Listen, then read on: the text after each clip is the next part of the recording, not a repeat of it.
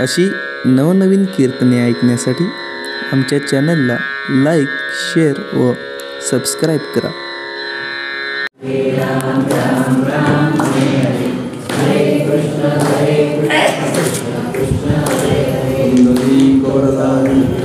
श्री ज्ञानदेव तुकाराम.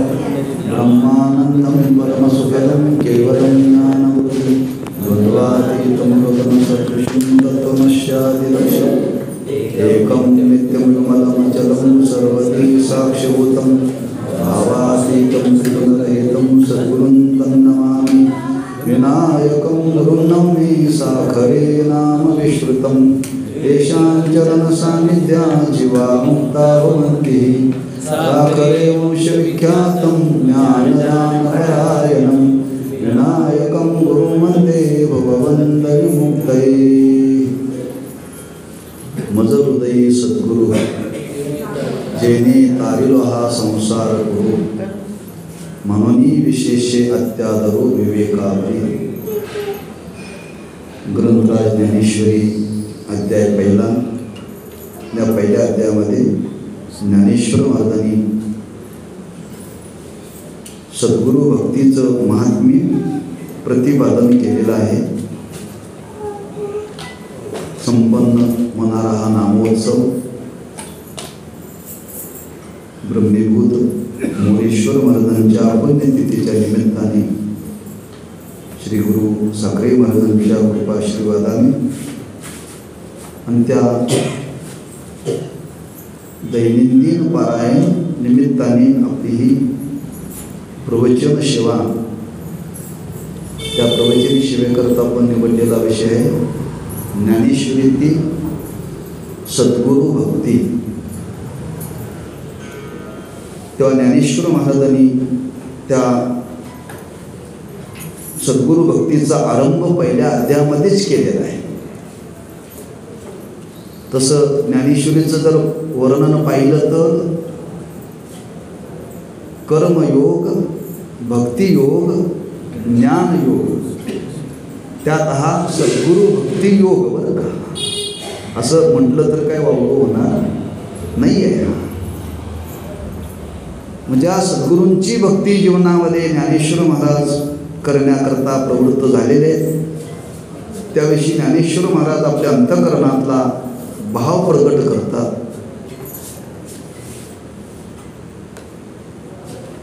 वास्तविक महाराजांना या भक्तीच्या माध्यमातून उपदेश करायचा नाही बरं का. हां, पण काही गोष्टी समाजाला सांगायच्या. पण जे सद्गुरूंचं महात्म्य ज्ञानेश्वर महाराजांनी प्रकट केलेलं आहे याच्यामध्ये तसा उपदेश केलेला नाही आहे, पण त्यांचं महात्म्य प्रतिपादन केलेलं आहे. ज्या अर्थी महात्म्याना महिमा सांगितला आहे त्या अर्थी त्या सांगण्याच्या मागं काहीतरी हेतू असला पाहिजे. एखाद्याला एखाद्या वस्तूचं महात्म्य सांगण्याकरता प्रवृत्त एखादा सद्ग्रस्त प्रवृत्त होतो त्यावेळी त्याला त्याच्यामध्ये ते करण्याकरता प्रवृत्त करण्याचा हेतू असतो बरं का. वरपंगाने पाहायला गेलं तर उपदेश नाही आहे, पण अंतरंगातून जर पाहिलं तर ते महात्म्य सांगण्याच्या मागे हेतू की ते महात्म्य जाणून आपल्या अंतःकरणामध्ये ती त्याच्यामध्ये प्रवृत्ती व्हावी.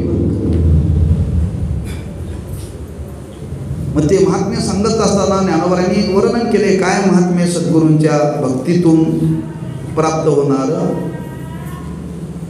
की प्रथमतः सांगितलं सद्गुरूंचं स्मरण माझ्या हृदयामध्ये अखंड आहे. का आहे तर जेने तारिलो हा संसार गुरु म्हणून विशेषे अत्यादरो विवेकावरी.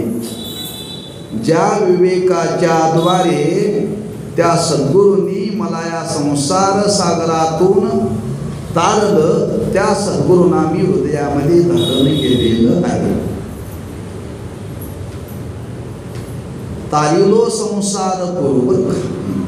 सद्गुरू काय करतात तर संसार सागरातून तारतात. कोणाला तारतात? सर्वांनाच तारतात का जो शरण जातो त्याला तारतात?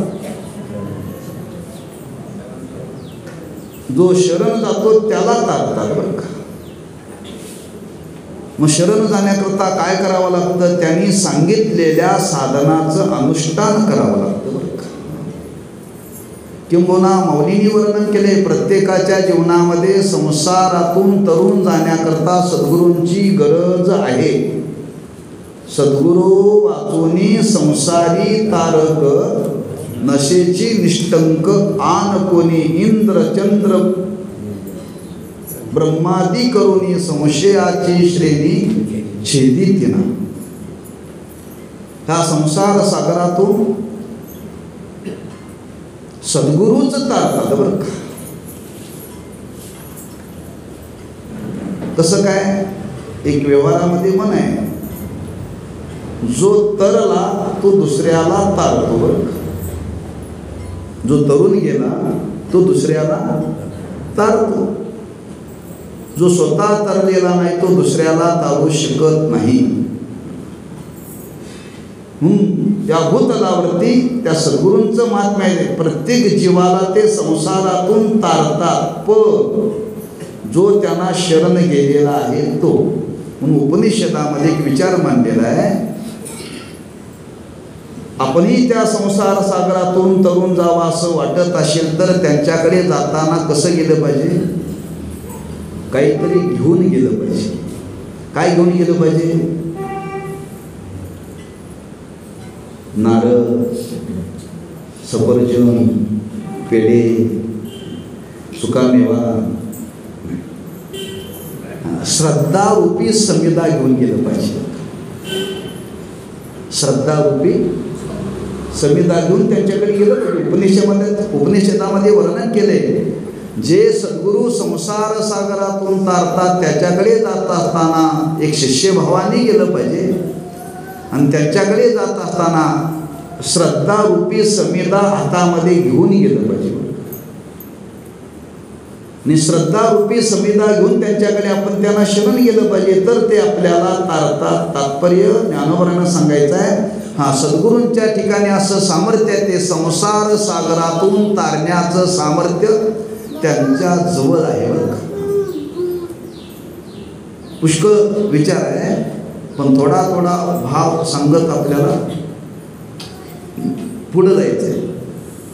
कारण प्रत्येक ओवीवरती स्वतंत्र प्रवचन करता येतं असा तो विचार आहे. पण आपल्याला सद्गुरू भक्तीचं महात्म्य जाणण्याकरता थोडक्यात भाव जाणून पुढे जायचं आहे. त्या सद्गुरूंचं महात्म्य सांगत असताना पहिला विचार लक्षात ठेवा की ते संसार सागरातून तारतात. आणि ज्या संसार सागरातून तारतात ते तारण्याकरता त्यांनी मला काय सांगितलं, काय माझ्या अंतःकरणामध्ये जागं केलं? सदसत विवेक बरं का. ज्या विवेकाच्या द्वारे या संसार सागरातून मी तरुण गेलो, त्यांनी सांगितलेला जो विवेक, त्याच्यावरती माझ्या अंतःकरणामध्ये आदर निर्माण झाला. म्हणून विशेषे अत्यादरू विवेकावरी. सद्गुरूंनी जे साधन सांगितलं त्या साधनावरती अतिशय आदराने त्याचा स्वीकार केला पाहिजे बरं का. आदराने त्याचा स्वीकार केला पाहिजे. जर त्याचा अनादर झाला तर पदरामध्ये फळ प्राप्त होत नाही. तुकोबऱ्यांच्या गाथेमध्ये एक प्रकरण आहे, धरणीकऱ्याचं प्रकरण. आणि त्या धरणीकऱ्याच्या प्रकरणामध्ये एक धरणीकरी ज्ञानेश्वर महाराजांच्या समोर धरणं धरलेलं आहे. दीर्घकाल धरणं धरलेलं आहे. ज्ञानेश्वर महाराजांनी त्याला दृष्टांत त्याला सांगितलं, तुझी इच्छा पूर्ण होईल, देहूला जाऊन सांगितलं बरं. तो धरणीकरी आळंदीतून देहूला आला. ज्ञानेश्वर महाराजांनी सांगितला, या भावनेने तो आला, पण ज्या मानाचा आदर पाहिजे त्या मानाचा आदर त्याच्या चित्तात नव्हता बरं का. तुकाराम महाराजांनी त्यांना उपदेश केला. ज्ञानेश्वर महाराजांनी आपल्याकडे पाठवलेला आहे. म्हणून त्याला काही गोष्टी सांगितल्या, पण त्याचा आदर त्याच्या चित्तामध्ये नव्हता, म्हणून तुकोबाराने वर्णन करावं लागलं. परी पाहे बीज शुद्ध अंगी, जयाची द्वारी सोन्याचा पिंपळ, अंगी ऐशे बरेडा बोले, करील ते काय नोहे महाराज, परी पाहे बीज शुद्ध अंगी. ज्ञानेश्वर महाराजांनी पाठवलं तुकोबरायांच्याकडे. तुकोबरायांनी त्याला उपदेश केला, पण ज्याला उपदेश केला त्याच्यावरती काही परिणाम झाला नाही. काय झाला नाही? त्याचं अंतःकरण शुद्ध नव्हतं, त्याचा विश्वासच तिथं बसला नाही बरं का. तात्पर्य आदर नव्हता, अनादर.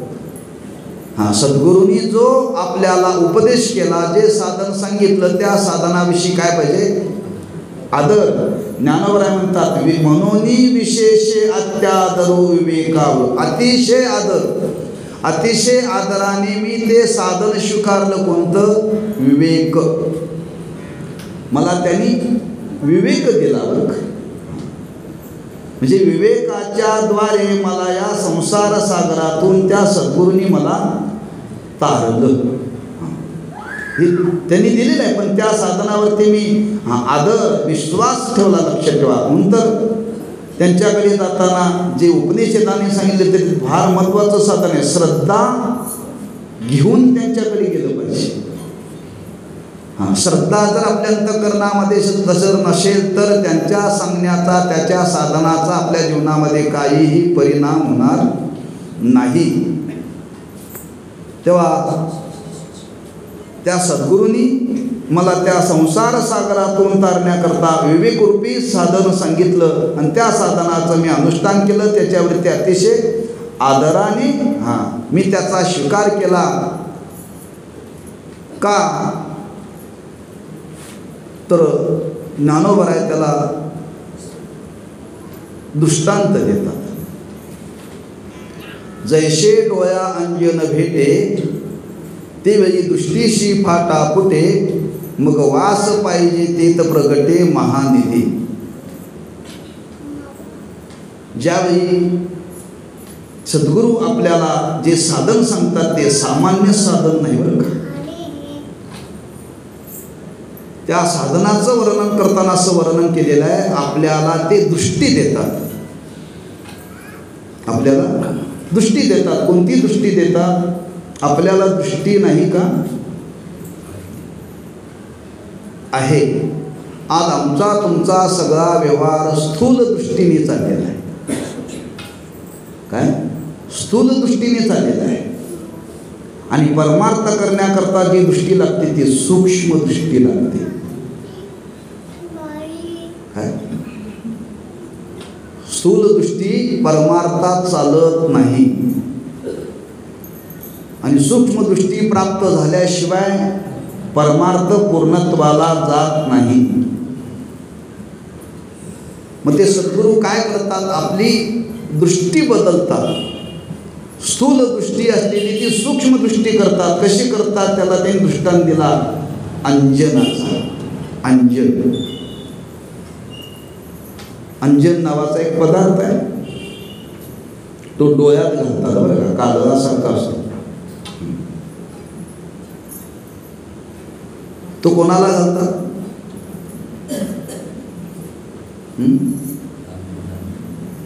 नाही, काजळ लहान मुलाला घालतात हो. अंजन जे असतं ते कोणाच्या डोळ्यात घातलं जातं? पायाळूच्या डोळ्यात घालतात बरं का. काय? पायाळू. तो पायाळू लागतो.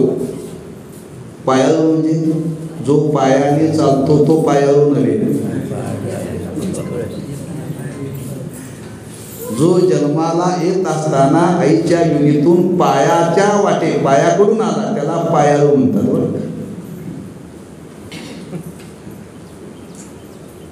आणि पायाळू, त्या पायाळूला बऱ्याच गोष्टी अदृश्य असलेल्या दिसतात बरं का. अदृश्य असलेल्या दिसतात. पायाळू माणसाला जमिनीमध्ये पाणी कुठं आहे दिसतं. पाणी कुठं आहे दिसतं. पायाळू माणसाला घरामध्ये धन कुठं पुरलेलं आहे दिसतं. पायाळू माणसाला बरं, कारण ती दृष्टी त्या पायाळू माणसाला प्राप्त होते.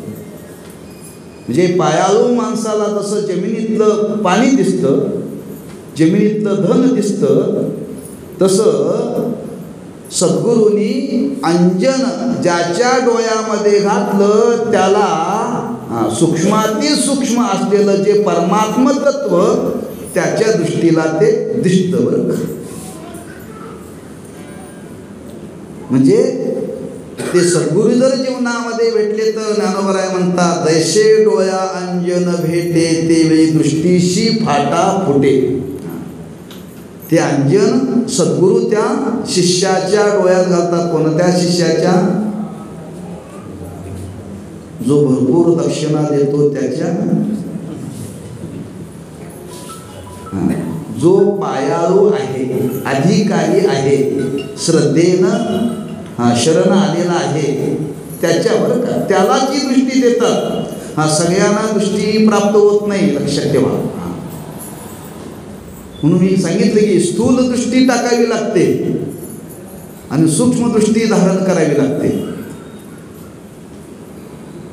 म्हणून स्थूल दृष्टीचा परमार्थ नाही आहे. म्हणून एक जाता जाता गोष्ट आपण थोडी विचारात घ्यायला काय हरकत नाही. परमार्थाला लागण्याच्या पूर्वी आपली स्थूल दृष्टी होती, पण हळूहळू आपली दृष्टी कशी व्हावी? सूक्ष्म व्हावी. म्हणजे काय?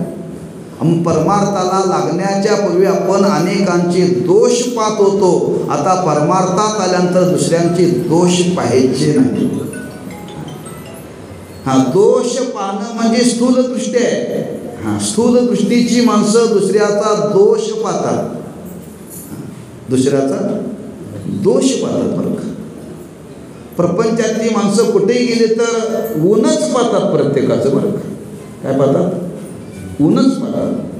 तसं परमार्थात काही माणसं आले की सगळ्यांचं ऊनच पाहतात. प्रवचनकाराचं ऊन, कीर्तनकाराचं ऊन, पंक्तीवाल्याचं ऊन, दिनकीवाल्याचं ऊन. स्थूल दृष्टी बरं का, ही टाकली पाहिजे. म्हणजे दोष पाहण्याची जी दृष्टी आहे ती स्थूल दृष्टी आहे, ती टाकून दिली पाहिजे. ती जर टाकून जर आपल्या जीवनात ती गेलेली नसेल तर प्रापंचिकामध्ये आणि परमार्थिकामध्ये काहीही फरक नाही, काही फरक नाही. लक्षात ठेवा. गुरुवारी महाराज नेहमी सांगत असतात, परमार्थ म्हणजे काय हो? महाराजचं नेहमी सांगण्यात, दृष्टीचा बदल म्हणजे परमार्थ. दृष्टीचा बदल म्हणजे परमार्थ, लक्षात ठेवा. कपड्याचा बदल म्हणजे परमार्थ नव्हे. आम्ही कपडे बदलले पण दृष्टी बदललेली नाहीये. आम्ही कीर्तनाला येताना पांढरी शुभ्र कपडे घालून येतोय. कपडे बदललेत की नाही? बदलले चांगले, पण त्याच्याबरोबर दृष्टीही बदला. दृष्टी बदलली पाहिजे. कारण बगळ्याची कपडे पांढरीच असतात, पांढराच असतो बगळा, आणि हंसही पांढराच असतो, पण दृष्टीत बदल आहे, दृष्टीमध्ये बदल. म्हणून स्थूल दृष्टी टाकली पाहिजे. आणि ती स्थूल दृष्टी घालवण्याचं काम ते सद्गुरू करतात बरं का. ती दृष्टी ज्याला प्राप्त झाली त्याला संसार दिसत नाही. का संसार दिसत नाही? संसार नाहीच आहे. संसार एक झाला होता, हे तो सम मिथ्या वार्ता. हे कधी कळेल? दृष्टी बदलेल तर. दृष्टी बदलेल तर. दृष्टी बदलायची आहे फक्त, बाकी काय करायचं नाही. लक्षात ठेवा. संसार बदलायचा नाही, माणसं बदलायची नाही, घरं बदलायची नाही, गावं बदलायची नाही, माळा बदलायच्या नाही, गुरु बदलायचा नाही. माणसं काय काय बदलण्याचा प्रयत्न करतात पण दृष्टीच बदलत नाही.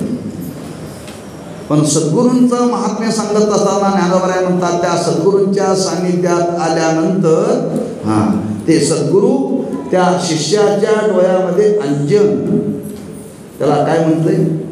ज्ञानांजन. कृष्णांजन एक वेळा डोळा घालिता आढळ. पुढं तिमिर दुःख गेले पिटले भ्रांतीचे पडल. ते चित्त वर्णन केले. दृष्टीशी फाटा फुटे, फिटले फाटा फुटे. बरं का, म्हणजे त्यांनी हे कृष्णांजन ज्ञानांजन डोळ्यामध्ये घालतात. बरं का, फक्त त्यांच्याकडेच मिळतंय, बाकीच्याकडे मिळत नाही. अंजन गांधारी समाजामध्ये बरीच लोक आहेत. अंजन गांधारी माणसं बरीच लोक आहेत. अंजन घातलं की तुम्हाला बऱ्याच गोष्टी दिसतात. काही माणसं समाजामध्ये आहेत. आमच्या गावी एक ग्रस्त होते, मुस्लिम समाजाचे होते, आमच्या शेजारी राहत होते, वारले ते. त्यांच्याकडे लोक यायचे, आम्हाला काय कल्पना नव्हती. आणि ते दुपारच्या नंतर त्या आलेल्या माणसाला यायची माणसं, म्हणजे कोण म्हणले आमची 2 दिवस झालं म्हैस गेली. मग ते त्यांच्याकडे एक अंजन होतं, ते काचेवरती अंजन लावायचे आणि काचेवरती अंजन लावून ते सांगायचे तुमची अमुक अमुक शेतात अमुक अमुक बांधावरती अमुक अमुक गावात म्हैस चरायला लागल्या. फक्त त्याला दिसायची, बरं का, शेजाऱ्याला दिसायची नाही. आम्ही कधी कधी जायचो पण ते आम्हाला दिसायचं नाही, फक्त त्या सांगणाऱ्याला ती म्हैस दिसायची. बरं का, सांगणाऱ्याला म्हैस दिसायची, फक्त त्याला दिसायची. आम्ही त्याच्या शेजारी त्या काचेत, काळ्या काचेमध्ये बघितलं, काळं दिसायचं, बाकी काही दिसत नव्हतं, फक्त त्याला दिसायची. म्हणजे दुसरा बघणारा त्याच्या शेजारी उभा राहून सुद्धा त्या काचेमध्ये म्हैस दिसत नाही. जर सामान्य अंजनामध्ये जर त्यालाच फक्त म्हैस दिसते तर इतराला दिसत नाही, तर परमार्था दृष्टीचा बदल झाल्यानंतर त्याला कसा दिसेल देव. म्हणून सद्गुरू काय करतात, त्याच्या डोळ्यामध्ये हे ज्ञानांजन कृष्णांजन घालतात. तेव्हा दृष्टीशी फाटा फुटे, मग वास पाहिजे ते तर प्रगटे महानिधी. म्हणजे तो परमात्मा या विश्वामध्ये अदृश्य रूपाने भरलेला आहे, त्याला महानिधी शब्द वापरला आहे. महानिधी. बरं का, वास पाहिजे ते तर प्रगटे. त्याला ते एकदा डोळ्यामध्ये अंजन घातलं ना, त्याला तो जिथं पाहावं तिथं त्याला तो दिसतो, त्याला तो दिसतो. असं सामर्थ्य सद्गुरूंच्या ठिकाणी आहे. बरं का, ज्ञानेश्वर महाराज असं सामर्थ्य सद्गुरूंच्या ठिकाणी आहे. नवे नवे त्याच्या पुढे ज्ञानेश्वर महाराज वर्णन करतात की का चिंतामणी झाली हाती सदा विजय वृत्ती मनोरथी तैसा मी पूर्ण कामश्री निवृत्ती ज्ञान देव म्हणे. चिंतामणी नावाचा रत्न आहे, एक मणी आहे, आणि तो चिंतामणी नावाचा मणी जर आपल्याला प्राप्त झाला ना, आपण जे चिंतन करावं ते आपल्याला मिळतं. बरं का, चिंतन करावं ते आपल्याला मिळतं. का चिंतामणी झाली या हाती सदा विजय वृत्ती मनोरथी. त्याच्या जीवनामध्ये काही करावं त्याला यश येतं, त्याचा विजयच होतो. बरं, कुठेही गेलं की का चिंतन करत ते त्याला प्राप्त होतं, चिंतन करत ते त्याला प्राप्त होतं. जसं ज्या चिंतामणी नावाच्या मण्याच्या ठिकाणी सामर्थ्य आहे, ज्ञानोबा म्हणतात तो चिंतामणी म्हणजे कोणता. हे सद्गुरूच मला प्राप्त झाले, आणि त्या सद्गुरूंनी मला अशी अवस्था जीवनामध्ये प्राप्त करून दिली की मला त्या स्वरूपाची ओळख करून दिली. आता मी पूर्ण काम झालो. त्यांच्या कृपेने माझ्या सगळ्या इच्छा पूर्ण झाल्या, त्यांच्या इच्छेने. सद्गुरूंच्या ठिकाणी सामर्थ्य. एकदा सद्गुरू जीवनामध्ये जर भेटले तर त्यांच्या भेटण्यामध्ये त्या शिष्याच्या अंतःकरणातल्या सर्व इच्छा पूर्ण होतात. महाराजांनी वर्णन केले जागोजागी, एका जनार्दनी संत पूर्ण करीती मनोरथ. पूर्ण केला पूर्ण केला पूर्ण केला मनोरथ.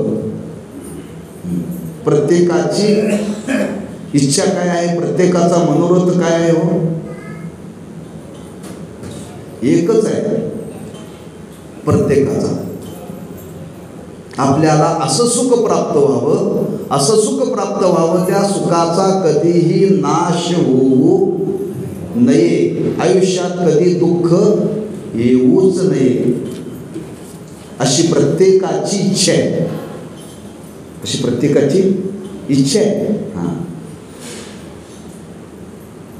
म्हातारपण तर फार इच्छा, अजिबात वाट्याला दुःख येऊ नये, नाही का?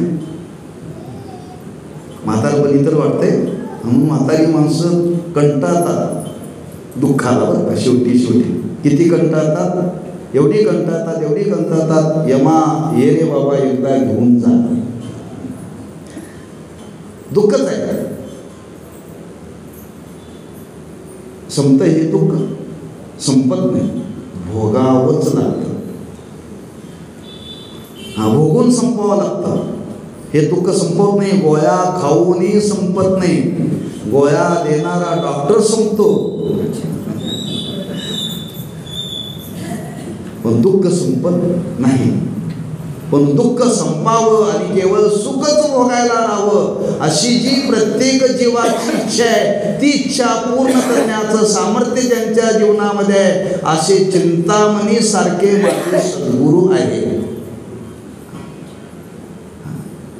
जे चिंतन करण्याने चिंतामणी पूर्ण करतो, तसं त्या सद्गुरूंच्या ठिकाणी जे जे आपण चिंतन करावं ते सद्गुरू पूर्ण करतात. तैसा मी पूर्ण काम श्री निवृत्ती ज्ञानदेव म्हणे. श्री निवृत्तीनाथ म्हणजे चिंतामणी स्वरूप आहेत. त्यांनी मला पूर्ण काम केलं, असं कोण म्हणे? ज्ञानदेव म्हणे. बरं, ज्ञानेश्वर महाराज म्हणतात, मी पूर्ण काम झालो, मी पूर्ण काम झालो. माझ्या अंतःकरणामध्ये आता इच्छा राहिलेली, पूर्णत्वाला प्राप्त झालो. आणि पूर्णत्वाला नेण्याचं कार्य जर कोणी केलं असेल तर श्रीमंत निवृत्तीनाथांनी माझ्या जीवनामध्ये केलं. बरं, श्रीमंत निवृत्तीनाथांनी माझ्या जीवनामध्ये केलं. तैसा मी पूर्ण काम श्री निवृत्ती ज्ञानदेव म्हणे. मग असे सद्गुरू जीवनामध्ये पूर्णत्वाला कृत्यकृत्यतेला नेणारे आहेत ना. म्हणजे ज्ञानोबा म्हणतात, काय केलं पाहिजे? म्हणून जाणतेने गुरु भजीचे, म्हणून गुरूंची भक्ती करा. बरं का गुरूंची भक्ती करा? अशा अवस्थेला ते प्राप्त करतात म्हणून. बरं का, कोणी करा? जाणतेने, हे जाणून घ्या. उगच कोणी करून चालत नाही, लक्षात ठेवा. अशा सद्गुरूंचं महात्म्य जाणा, महात्म्य जाणून तसा अधिकार प्राप्त करा. आणि अधिकार प्राप्त करून अशा सद्गुरूंची जीवनामध्ये भक्ती करा. म्हणून जाणतेने गुरु भजीजे. परिणाम काय होईल? तेने कृत कार्य होईजे, जैसे मूळ चिंतने सजे शाखा पल्लव संतोषते. म्हणजे अशा सद्गुरूंचं महात्म्य जाणून घ्या. म्हणून ते महात्म्य जाणण्याकरता ज्ञानोबरांनी 2 दृष्टांत दिले. एक अंजनाचा दृष्टांत दिला आणि एक चिंतामणीचा दृष्टांत दिला. हे जाणा, सद्गुरूंच्या ठिकाणी सामर्थ्य आहे, अलौकिक सामर्थ्य. बरं का, लौकिक नव्हे, अलौकिक. आणि अलौकिक सामर्थ्य असल्यावर म्हणून शब्द वापरला. म्हणून कुणी म्हणेल, कशा करता गुरूंची भक्ती करावी? कशा करता? अगदी मराठी बोल, गुरु कशा करता करायचा? गुरु कशा करता करावा?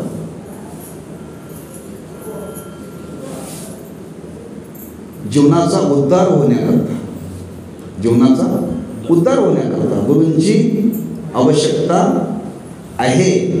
मग खरंच ते करतात का जीवनामध्ये? हो, ज्ञानोबा म्हणतात, माझ्या जीवनामध्ये मला ही अवस्था प्राप्त झालेली आहे.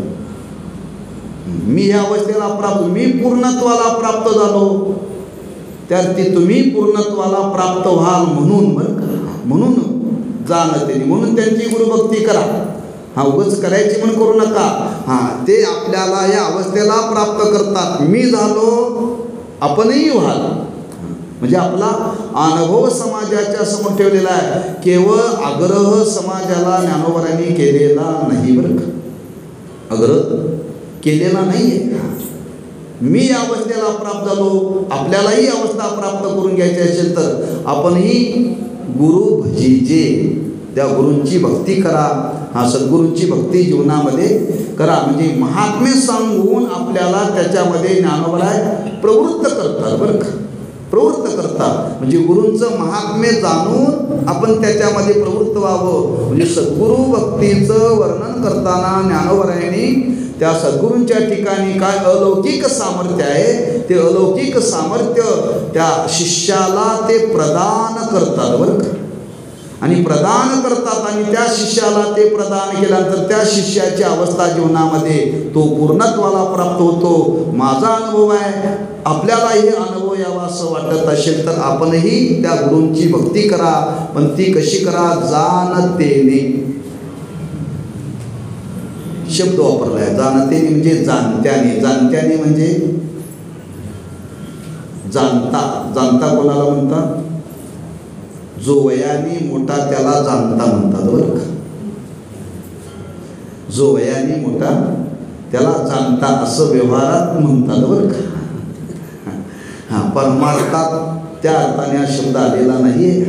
मग जाणत्याने त्या गुरूंची भक्ती करावी म्हणजे काय करावी त्याचा विचार आपण उद्या पाहू. कुंडली कवरदारी विठ्ठल श्री ज्ञानदेव तुकाराम. आधार विश्वास म्हणजे देवे, येणे वागेने तोषावे, तोषोनी मज द्यावे, पसाय दानही.